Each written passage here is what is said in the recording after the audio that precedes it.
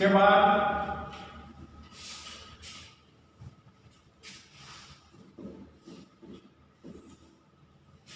Tenth class आज आपका इस हफ्ते का, इस वीक का लास्ट लेक्चर है और कल आपका टेस्ट था। टेस्ट में बहुत सारे बच्चों ने अच्छी परफॉर्मेंस दी है। कुछ एक बच्चे जो हैं उन्होंने लीक से हट के भी आंसर दिए और कुछ ने बहुत ही शॉर्ट फॉर्म में आंसर दिए। देखिए, जब भी आपसे ये कहा जाता है कि आप इस टॉपिक को एक्सप्लेन कीजिए, टेस्ट लिया जाता है, आपसे पूछा जाता है, तो जितना हो सके पॉइंट टू पॉइंट आप एक्सप्लेन करने की कोशिश कीजिए। कुछ एक्स्ट्रा अगर आपको पता चला है किसी और तरीके से या किसी और बुक से, तो आप वो चीज़ उसके अंदर ऐड कर सकते हो। लेकिन अगर आप उसको छोटा बनाना चाहोगे या फिर ज़्यादा बड़ा बनाना चाहोगे, तो वो आपका आंसर जो है उस लिहाज से परिपूर्ण नहीं हो पाता जैसा आपसे पूछा जाता है। इसलिए टेस्ट जब भी आप देते हो, किसी भी सब्जेक्ट का हो, तो आप ये विशेष ध्यान रखिए कि जब टेस्ट लिया जाता है तो जो क्वेश्चन आपसे पुटअप किए जाते हैं वो क्वेश्चंस जो हैं आपको उसी पॉइंट के हिसाब से एक्सप्लेन करें। अब मैं आपको एक एग्जांपल देता हूँ। कल हमने कोई भी प्लांट ट्रांसपोर्ट का कोई भी क्वेश्चन नहीं पूछा, लेकिन दो बच्चों ने प्लांट ट्रांसपोर्ट के ऊपर आंसर दे रखा था। जब हमने क्वेश्चन ही नहीं अराइज किया आपका प्लांट ट्रांसपोर्ट के ऊपर, तो आप वो आंसर क्यों लिख रहे हो? ये चीज़ें कब होती हैं? ये आपका जो हायर जो डिग्री डिप्लोमा जो होते हैं उनके अंदर होता है कि भाई ज़्यादा से ज़्यादा लिख दो तो ज़्यादा से ज़्यादा नंबर मिल जाएंगे। लेकिन यहाँ पे आपको नॉलेज गेन करनी है, आपको ज्ञान में वृद्धि करनी है अपने, तो उसमें अपने आप को आप धोखा मत दीजिए कि इधर उधर से आप दूसरे क्वेश्चन का या दूसरे टॉपिक का आंसर आप किसी क्वेश्चन के अंदर आप लिख दोगे। ऐसा नहीं होना चाहिए। आप सिर्फ टू द पॉइंट आप आंसर दीजिए। अब चैप्टर तो आपका पूरा हो गया था, इसमें कुछ इंपॉर्टेंट चीज़ें जो आपको डिस्कस करनी है या मैं आपको बताना चाहता हूँ कुछ एक्स्ट्रा चीज़ें, वो देखिए क्या है। देखिए, एक फिजिकल और केमिकल इवेंट आता है बेटा, physical and chemical event during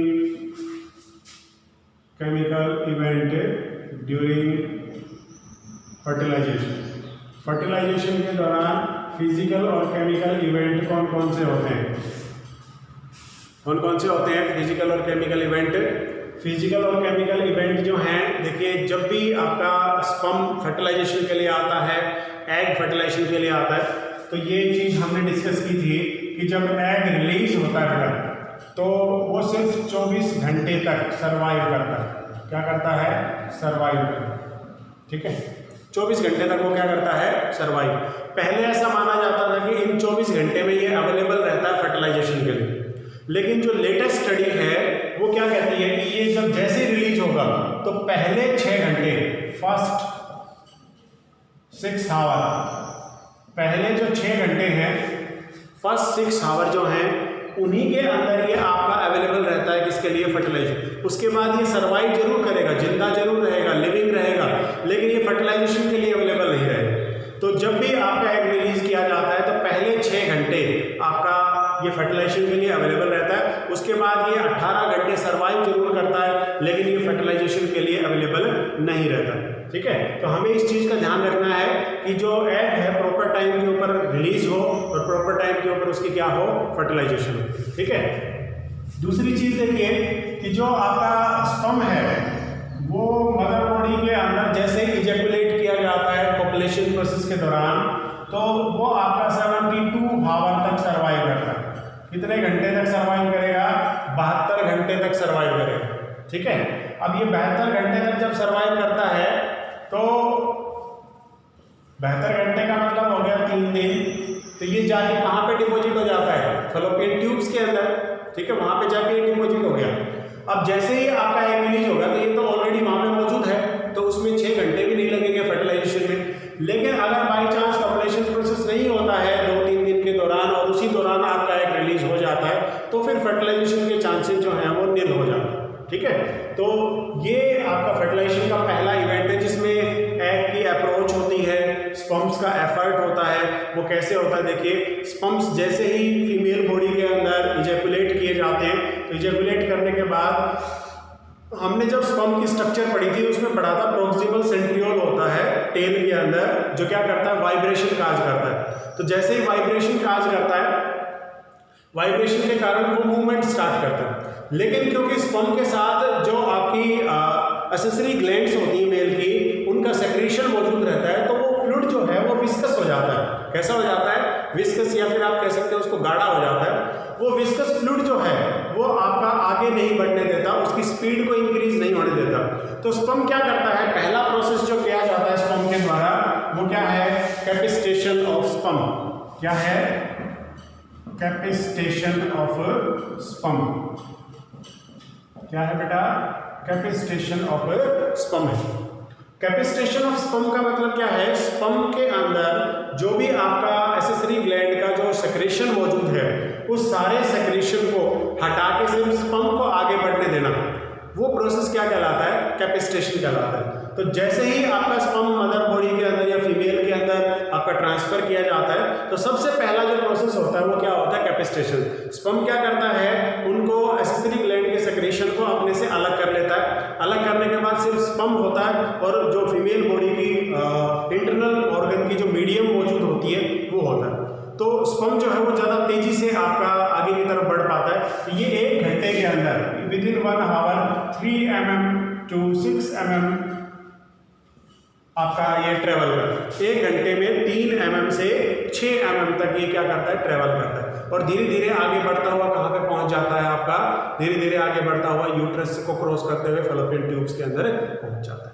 ठीक है, तो ये प्रोसेस क्या कहलाएगा? कैपिस्टेशन ऑफ स्पर्म। क्या लिखोगे आप कैपिस्टेशन ऑफ स्पर्म में? आप लिखोगे रिमूवल ऑफ, क्या लिखेंगे? Removal of accessory gland secretion, accessory gland secretion from the sperm, when it is transferred inside the female body so as to increase in speed or velocity to reach to the fallopian tube। fallopian tube कहाँ तक पहुँचने के लिए? fallopian tubes तक पहुँचने के लिए। ठीक है, ये एसेसरी ग्लैंड के अंदर से सेक्रेशन रिमूव हुआ। ये जो प्रोसेस होता है जिसमें आपका स्पर्म के ऊपर से एसेसरी ग्लैंड का जो सेक्रेशन उसको रिमूव कर दिया जाए, ताकि स्पर्म जो है वो ज़्यादा तेज गति से आगे की तरफ बढ़ सके। अब अगर मान लीजिए ये एसेसरी ग्लैंड का सेक्रेशन खत्म ना हो उसके ऊपर से, तो इसकी जो स्पीड है वो मैक्सिमम 1 mm/h मैक्सिमम। तो इसे जहाँ पहुँचने में 1 दिन लगना था, वहाँ पहुँचने में इसको 3 दिन लगेंगे, और टोटल ये 3 दिन सर्वाइव करता है 72 घंटे तक। तो इसका मतलब फर्टिलाइजेशन ये नहीं कर पाएगा।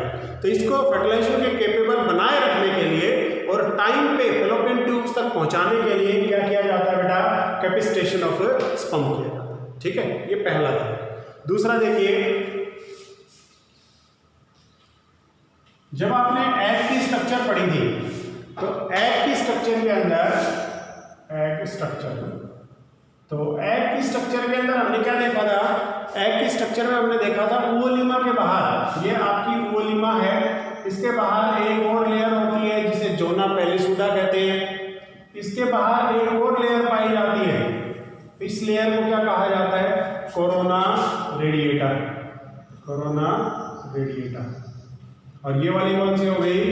जोना पेलिसुडा। कौन सी हो गई बेटा? एक तो हो गई कोरोना रेडिएटा और दूसरी कौन सी हो गई? जोना पेलिसुडा।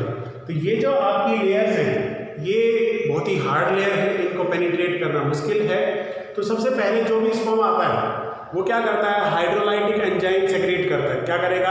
हाइड्रोलाइटिक एंजाइम, जो स्पर्म के एक्रोसोम के अंदर मौजूद रहते हैं। किसके अंदर मौजूद रहते हैं बेटा? स्पर्म के एक्रोसोम। और एक्रोसोम कहाँ होता है? स्पर्म के हेड में। हेड में जो एडिशनल स्ट्रक्चर हमने पढ़ी थी कुछ इस तरीके की थी, ये यहाँ पे आपका क्या मौजूद था? एक्रोसोम मौजूद था। ये एक्रोसोम क्या करता है, कोरोना रेडिएटा लेयर को आपका पेनिट्रेट करता है, पेनिट्रेट करने के बाद डीजनरेट करता है और डीजनरेट करते हुए ये आगे बढ़ता है। ठीक है, जब ये आगे बढ़ के जोना पेनिसुला तक पहुंच जाता है तो उसके बाद कोरोना रेडिएटा लेयर आपकी हार्ड होनी स्टार्ट हो जाती है। वो हार्ड किस लिए होती है, ताकि कोई दूसरा स्पर्म इसको आके पेनिट्रेट ना कर पाए। ठीक है, उसके बाद क्या होता है, जोना पेनिसुला लेयर को पेनिट्रेट किया जाता है, इसको ब्रेक डाउन किया जाता है, रप्चर किया जाता है।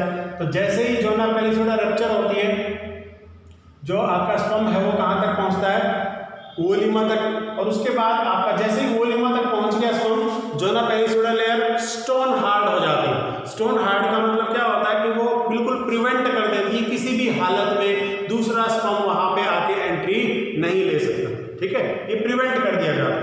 तो यहाँ पे जैसे ही ओवोलिमा तक पहुँचती है, दोनों लेयर स्टोन हार्ड हो जाती है, ताकि कोई दूसरा स्पर्म आके इनको पेनिट्रेट ना कर पाए।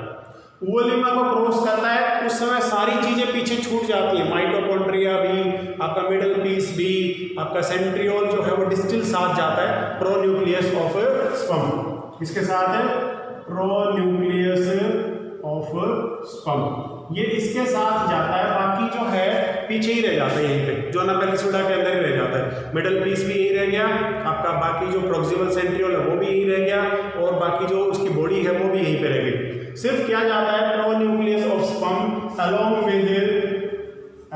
विद डिस्टिल सेंट्रियोल, इसके साथ है डिस्टिल सेंट्रियोल, इसके साथ डिस्टिल सेंट्रियोल के साथ। ठीक है, अब ये जो आपका प्रोन्यूक्लियस है स्पर्म का अलोंग विद डिस्टिल सेंट्रियोल, ये यहाँ पे क्रॉस करते हुए इस ओवोप्लाज्म को कहाँ तक पहुँचता है, प्रोन्यूक्लियस ऑफ एग, कहाँ तक पहुँचेगा, प्रोन्यूक्लियस ऑफ एग पहुँच गया यहाँ तक। अब यहाँ तक पहुँचने के बाद दोनों के बीच में क्या होता है, पहले तो जो सेंट्रियोल है वो ट्रांसफर किया जाता है एग को।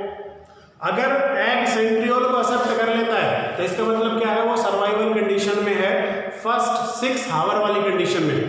समझ गए, अगर जो सेंट्रियोल ट्रांसफर किया जाएगा स्पर्म्स के द्वारा इसको एग को, और अगर एग उस सेंट्रियोल को एक्सेप्ट कर लेता है तो इसका मतलब क्या है कि वो पहले 6 घंटे वाली कंडीशन में है, मतलब वो फर्टिलाइजेशन करने के कैपेबल है, स्पर्म को एक्सेप्ट करने के capable.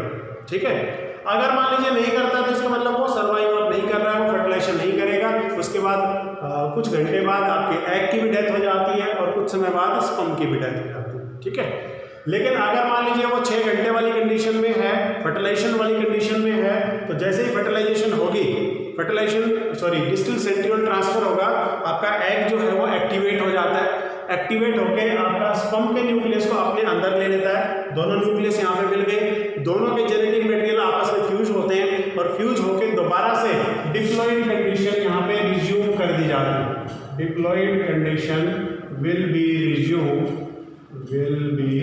resume after fusion of nucleus के फ्यूजन के बाद यह रिज्यूम कर दिया। ठीक है, ये आपका फर्टिलाइजेशन प्रोसेस हो गया। फर्टिलाइजेशन होने के बाद दोनों के प्रोन्यूक्लियस जब आपस में फ्यूज हो जाते हैं तो उसे क्या कहते हैं, कैरियोजेनेसिस कहते हैं। क्या कहते हैं उसे, कैरियोजेनेसिस कहते हैं। तो कैरियोजेनेसिस हो गया आपका। उसके बाद आपका ये जो आपका एग है, ये मैंने बताया था फर्टिलाइजेशन के 30 घंटे बाद अपना पहला डिवीजन करता है with the help of distil centriole, फिर उसके बाद 60 घंटे बाद करता है, उसके बाद आपका 72 घंटे बाद करता है, और फिर आपका 90 घंटे बाद करता है। तो उस स्टेज में ये किस पे कन्वर्ट हो जाता है, मोरुला के अंदर कन्वर्ट हो जाता है। और मोरुला जो है वो फिर आपका ब्लास्टुला में, ब्लास्टुला आपका गैस्ट्रुला के अंदर, गैस्ट्रुला आपका एम्ब्रियो के अंदर, एम्ब्रियो आपका प्लेसेंटा के थ्रू मदर से न्यूट्रिशन लेता रहता है। इसके अलावा पार्चुरेशन प्रोसेस होता है, फिर लैक्टेशन प्रोसेस होता है। ठीक है, ये आपका ह्यूमन रिप्रोडक्शन का कंप्लीट प्रोसेस। ये टॉपिक्स बच गए थे आपके, जो मैंने आज आपके सामने डिस्कस कर दिए हैं। अगर फिर भी कुछ प्रॉब्लम रह गई है तो आप बता सकते हैं, हम दोबारा से उस चीज़ को डिस्कस कर लेंगे। Thank you.